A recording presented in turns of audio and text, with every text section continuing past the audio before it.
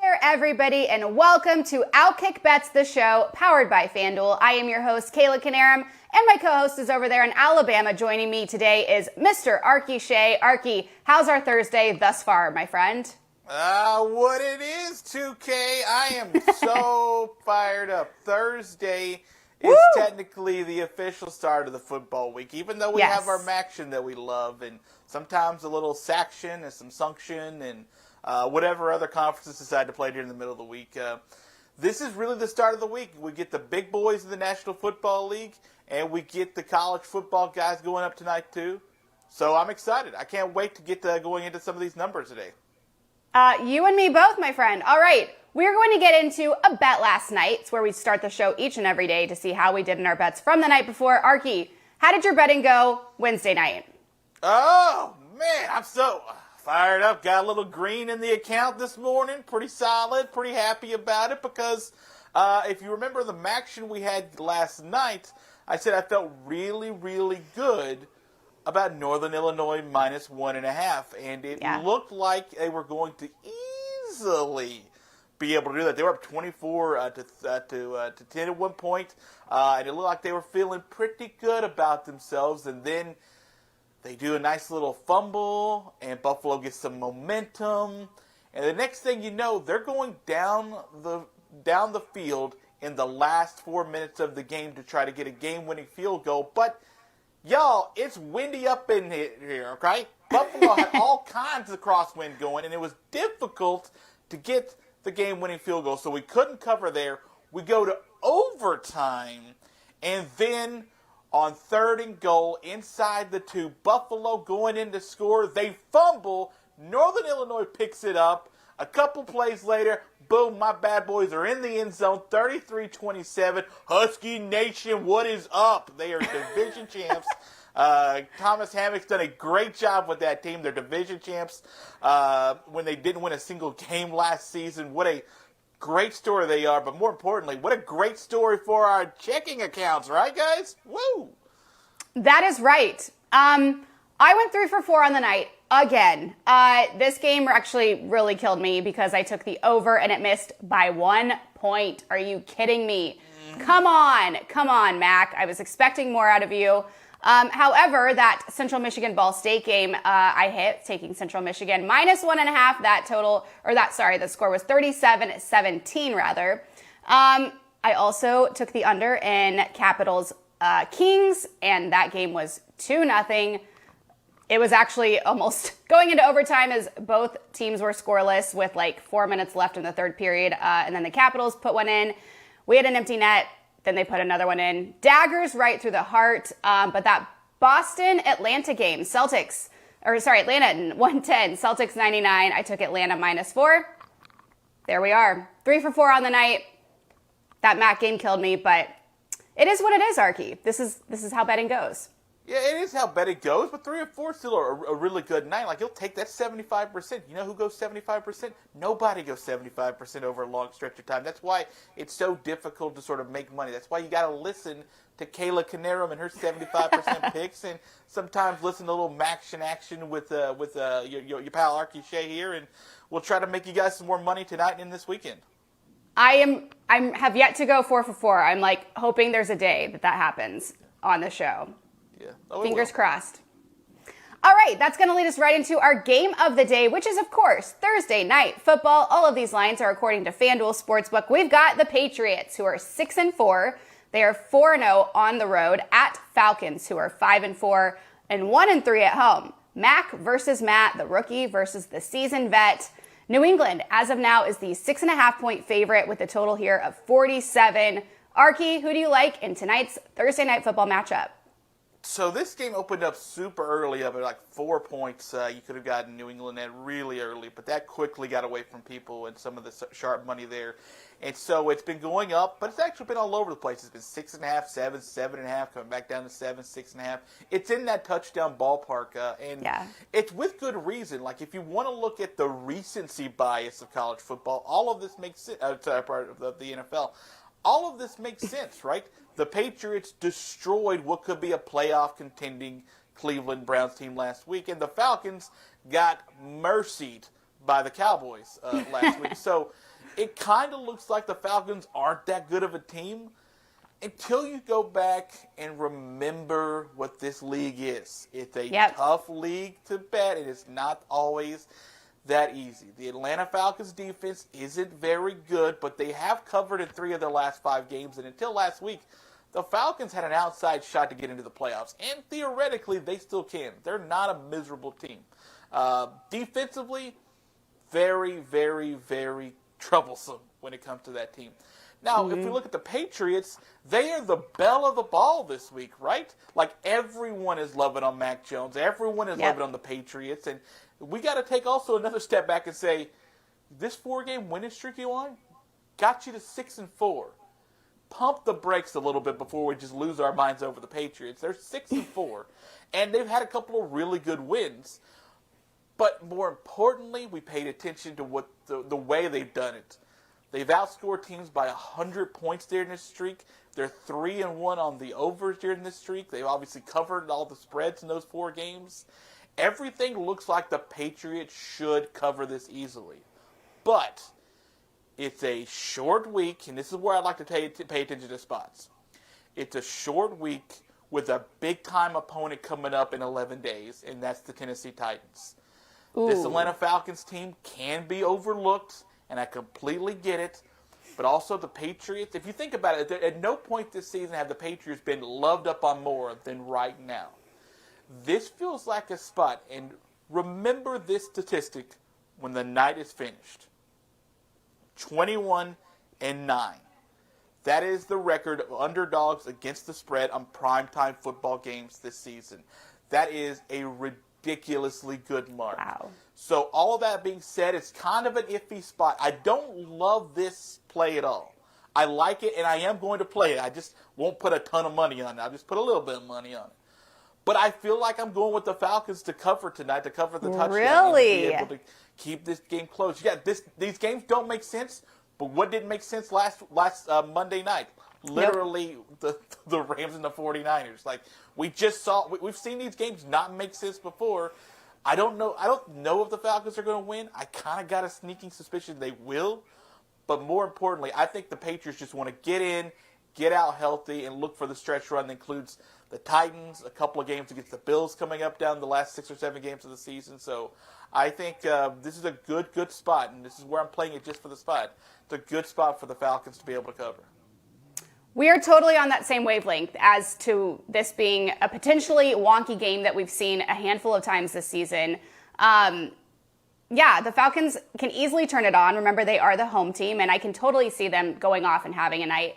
But then again, their 4 wins this season have been, Arky, over the Giants, the Jets, the Dolphins, and the Saints. So I wish there was a little more juice there to back that up. The Falcons, as we know, have been great. Meanwhile, the Patriots, no, they have not been great, sorry. Meanwhile, the Patriots are looking to pick up their 5th win in a row and are currently 2nd, right behind Buffalo in the AFC East. They have won 5 of their last 6. Of course, that loss was to the Cowboys in overtime. As you said, they pounded Cleveland last week. Mac Jones is really starting to come into his own over their 4-game winning streak. As previously mentioned, he has thrown for 861 yards, 6 touchdowns, and only 1 interception in those 4 games. As good as New England has been on offense, their defense is even better, climbing to one of the top in the league, especially when it comes to turnovers. So New England is 4-0 against the spread in their last 4, while the Falcons are 0-3 against the spread at home this year, and 0-2 against the spread as home dogs. So as for the total here, the over has hit in 5 of New England's last 6 games. So all I'm going to say is I'm taking New England at -6.5, and I'm also going to ride the over and hope they don't get too comfy on the road after that slaughtering last weekend. So I know you're going to take Falcons. I'm going to ride New England until they disappoint me at -6.5 and hope for a high-scoring game here. Okay, listen, I can see it. I mean, the numbers kind of point that way to you, too. I think that Atlanta's struggling to run the ball. They're 29th in the league, I think, in rushing the ball, and that's going to be something that's probably paramount in tonight's game.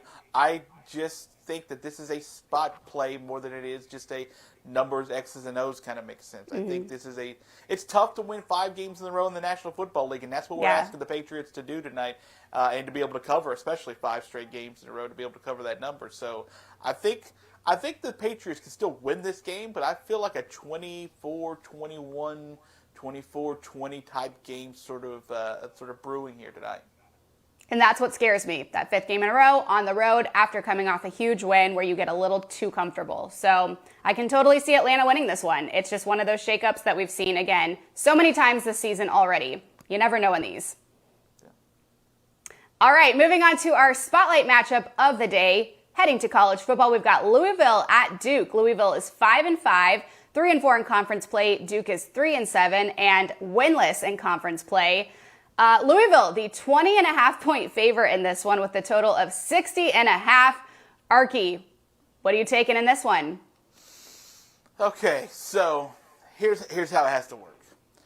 For you to cover 3 touchdowns inside the conference, 2 things have to happen. You have to have one elite side of the ball, offense or defense, and the other team has to have a really poor side of one of those two, preferably the exact opposite of what you're talking about. And Louisville doesn't have that. Louisville does not have an elite offense, even though they just put up 41 on Syracuse. Syracuse is kind of a disaster in trying to figure out all this season, but so is Louisville. And not the disaster part, but just trying to figure them out throughout this entire season. You're telling me I'm supposed to give Louisville 3 touchdowns in this game on the road. David Cutcliffe, the head coach at Duke, is going to retire after the end of the season. It's been reported earlier this week that that's sort of the thought, but it's kind of been looming for the last couple of seasons. David Cutcliffe's team allows 500 yards per game. Woo! Yes, exactly. That's next to last in all of college football.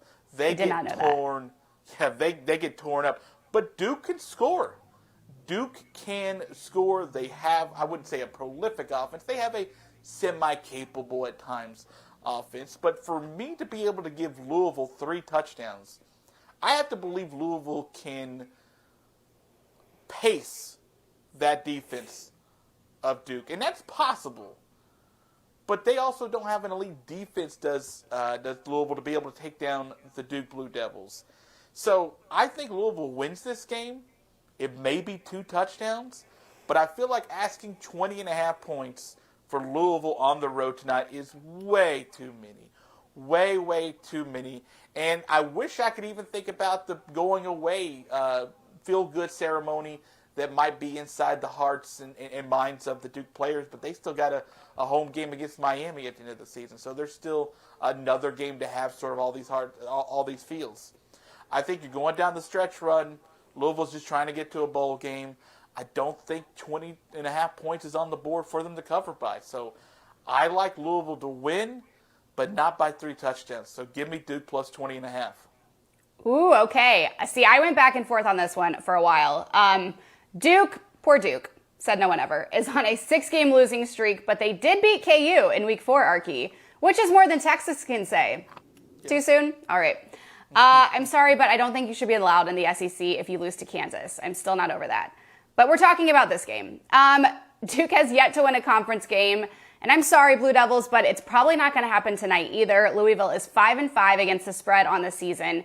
However, the Cardinals have been favored by 20.5 once this season and failed to cover. And when Duke was the 20.5 point underdog, they also failed to cover. So, riddle me that. Duke is also 4-6 against the spread. Both Duke and Louisville have gone over this total in 4 games this season. And lastly, in 5 of Duke's last 6 losses, they have lost by 21 or more. So, with all things considered, I am leaning taking Louisville minus 20.5. Yes, that seems like a lot, but looking at the stats, it just feels like the logical thing to do here, Arky. I'm also leaning the under, but we're opposite here. So I'm gonna ride Louisville minus 20.5 and hope they cover. Okay, so let me just add on to that super cool stat about Duke not being able to cover, being down 3 touchdown spreads. Those were against North Carolina and Pittsburgh. And those are what you would call elite offenses. And Pittsburgh and Louisville's like 50th in the country in offense. Like, it's not a bad offense. It's not a great offense. It's, it's capable at times, but it stalls at times too. So I would caution those who want to play the 2K route there that just know that Louisville's not the elite type offense that Duke did not cover against in the other 2-3 touchdown spreads this season. That's fair. Thank you for keeping me honest, Arky. I'm just trying to keep everybody honest. That's all. I just want to make sure we all make some money. Come on, Thursday nights for cash, baby. Did you know that off the top of your head? You just have these, like, stored up there? Oh, are you kidding me? I read into these games like 1,000 times. I have no idea what you're talking about. There's numbers in my brain that shouldn't be there. I wish I probably remember my wife's birthday if I could get rid of some of these numbers, but, you know, it's all right. I could use more numbers in my brain, to be honest. All right, moving on to our hot games of the weekend. Every time I say that, I want to say hot jambalaya. Do you know what the movie reference is now, Arky? Absolutely not. I've already told you once. Have you really? Mrs. Doubtfire. It was a few weeks ago. I'll let it slide. Yeah, and I did do her Robin Williams face in a cake line. I did do that one. Yes, you did. You can do it for us again if you want. Hello. Hot games coming at you. We are starting Saints, who are 5-2, 3-2 on the road at the Eagles, who are 4-6, winless at home. What is it with these teams being winless at home? I don't get it. Philly is the 2-point favorite as it stands. Total right now 43.5. Arky, who do you like in this one? So I don't think I like anybody in this game, to be honest with you, as far as winning it. I mean, tell me how you really feel. Someone may win this game, but as Detroit and Pittsburgh showed us, maybe not. It doesn't have to be the case. That's true. I paid attention to the total on this number. Was it 43.5? And yes, I really am kind of digging the under. You know, New Orleans. No one has allowed more points in the NFC, or excuse me, fewer points in the NFC than New Orleans this season. They are a super elite defense. They are really the team. That's the side of the ball that's keeping New Orleans in any kind of playoff race right now. And by the way, they are still in it, right? Despite the fact that, they just lost Jameis Winston a couple of weeks ago and Trevor Siemian's the quarterback, and they lost to the Titans last week. That game got tied at the end. And the Saints are still figuring out ways to stay in games and maybe even win them, maybe at least for a few more weeks. They're going to go against Jalen Hurts, who is statistically, he's the 22nd ranked quarterback amongst starting quarterbacks and regular starting quarterbacks in terms of QB rating. He's at fine sometimes, right? He's got the wheels. He's mobile. He's able to move a little bit around the pocket, maybe grab you a few first downs here or there. But offensively, he hasn't been able to be an explosive or terrifically consistent quarterback either. He is, again, he's fine. I think this game is a very live underplay at 43.5. I think the Saints defense is brutally good. And as you know, defense travels. And so they'll go to Philadelphia where, like you said, for some reason, Philly can't win at home. I don't get any of it. Doesn't make sense. Feels like one of those you would have been able to win at home, but none so far. So I'm going to go under 43.5 for the Saints and Eagles this weekend. And I feel like that game ends up being like 24-10, so I think it was comfortably under. All right. I said it on Monday. The 49ers were due to have a home win, and look what happened. And the Eagles are the slight favorite here, so do I run with that for real this time? I don't know what to do. Saints are coming off back-to-back losses while the Eagles went to Denver last weekend and won by 17. So as far as past matchups, the Saints have won and covered 2 of their last 3 with Philly. However, the Eagles beat the Saints last season as 7.5-point home underdogs. The Eagles are 1-3 against the spread at home, while the Saints are 3-2 on the road. As for the total here, it has hit in 5 of New Orleans' last 6 games, while the Eagles have gone under in 7 of their last 8 as the home favorite. What to do?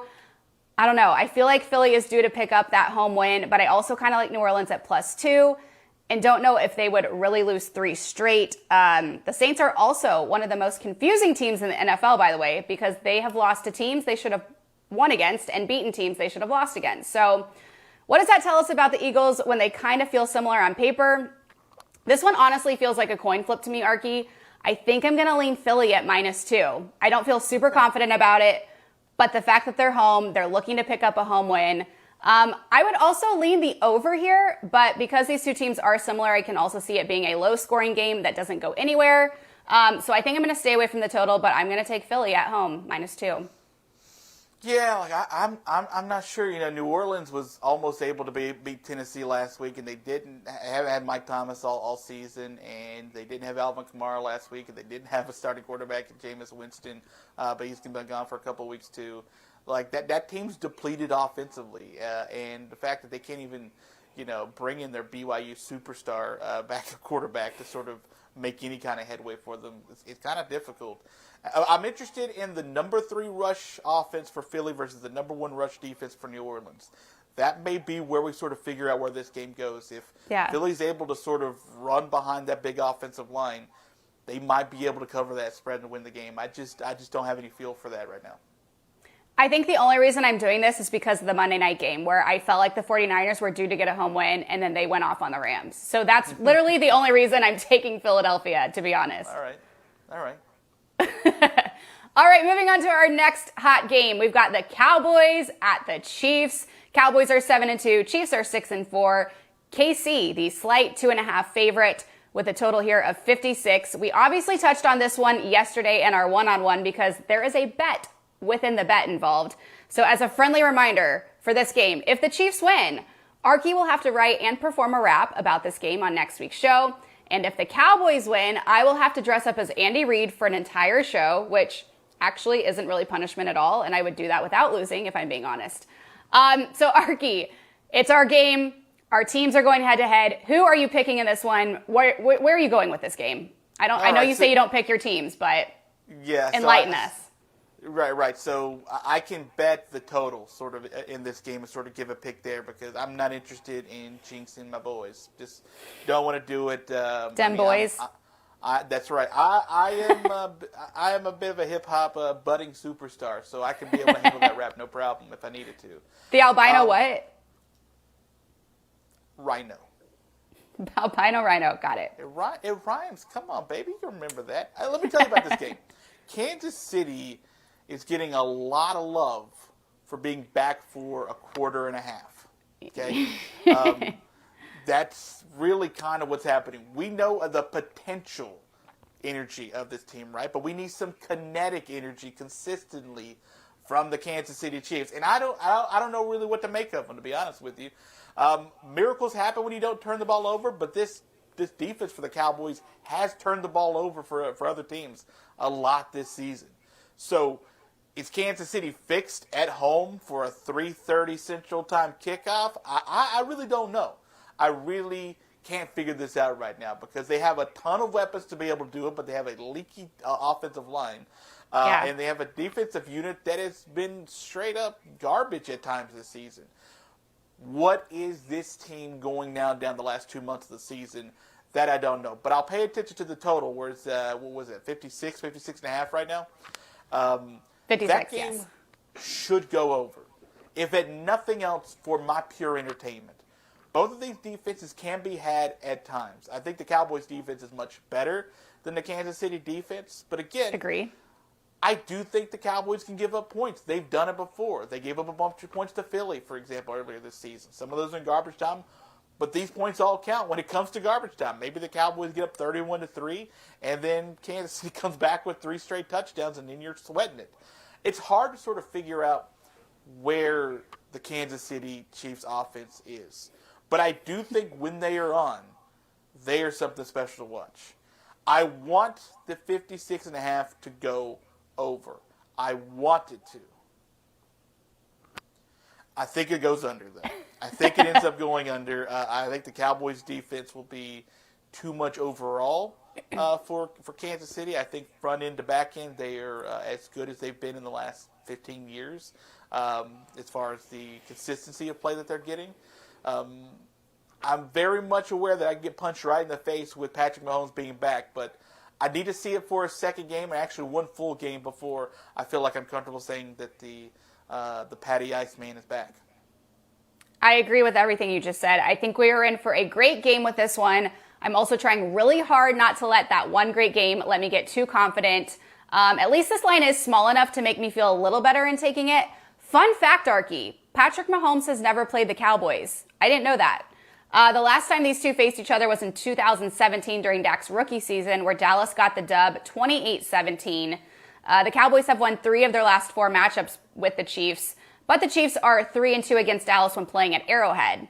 And speaking of Arrowhead, it should be rocking as it always is, especially after that big win over the Raiders. The Cowboys are also going to be coming in with a lot of momentum after their 40-point win over the Falcons. So here's what I've decided I'm going to do. I'm going to ignore that the Chiefs are 3-8 against the spread and that Dallas is 8-1 against the spread. I'm ignoring all of that, and I am taking Kansas City at -2.5, and we'll be sending a few extra prayers up on Sunday. I'm going to go into this one more confident than in weeks past because if I'm not confident in my team, then why should they be confident, you know? So I'm sending all of my good vibes to Arrowhead. I don't think I'm going to touch the total of 56 because taking the spread is already making my palms a little sweaty. However, both teams have exceeded that total of 56.5 5 times this season for what it's worth. So there you have it. I'm breaking your commandment and I'm betting on my team and I'm hoping Jesus takes the wheel. Feel free to be smited on Sunday afternoon. That's all I'm saying. The gamble gods know. The gamble god knows. Might be struck down, but stay tuned. TBD. All right, moving on to our quick hitters of the weekend. Arky, where are you starting with your quick hitter? UAB at UTSA. That's right. Number 22 UTSA, and disastrously too far down the list because, they're undefeated and all. People always like to say, hey, what kind of conference are you in, huh? It's not a big boy conference. You can be undefeated. Oh, that's cool. How many other undefeated teams are out there? Like 2, 3? All right, whatever. It's still hard to win football. Regardless, yes. These two teams are great defensive squads, and I really like the under here on 53.5. Even better, 53.5.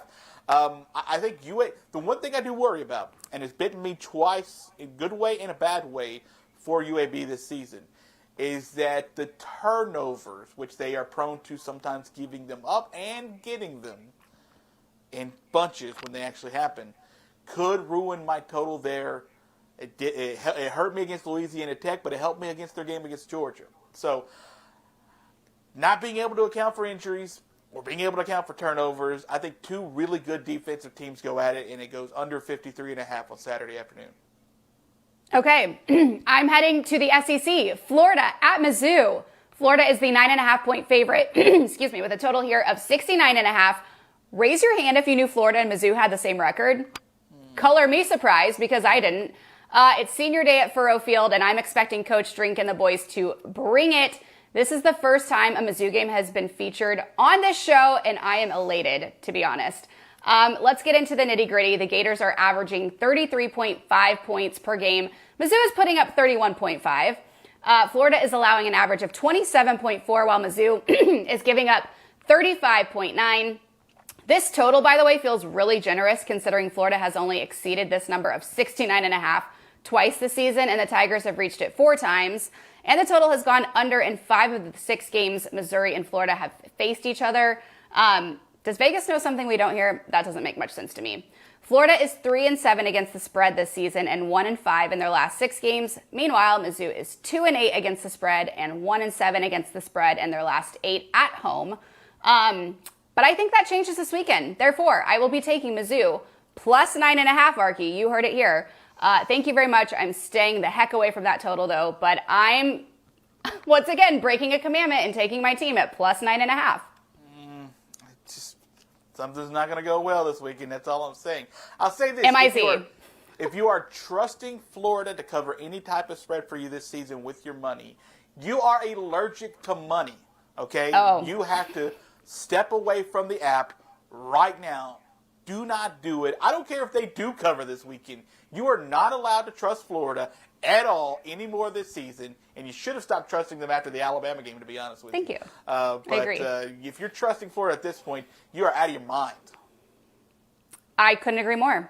Yeah. Why I'm taking Mizzou. Where's your next hitter coming from? My next hitter, college football, Oregon at Utah. Big-time matchup. This could be a preview of the Pac-12 championship as Let's go. The Utah Utes are 1 win away from clinching their division. Now, they could lose this game to Oregon and still win their division by winning next week, provided Arizona State doesn't win out, because they have the tiebreaker over Arizona State. Utah has been so good to the overs this season. They've won 6 straight. They're 8-2 on overs this year, which is kind of wild to think about. But the Oregon Ducks have, well, something we've talked about before with them, something big to play for.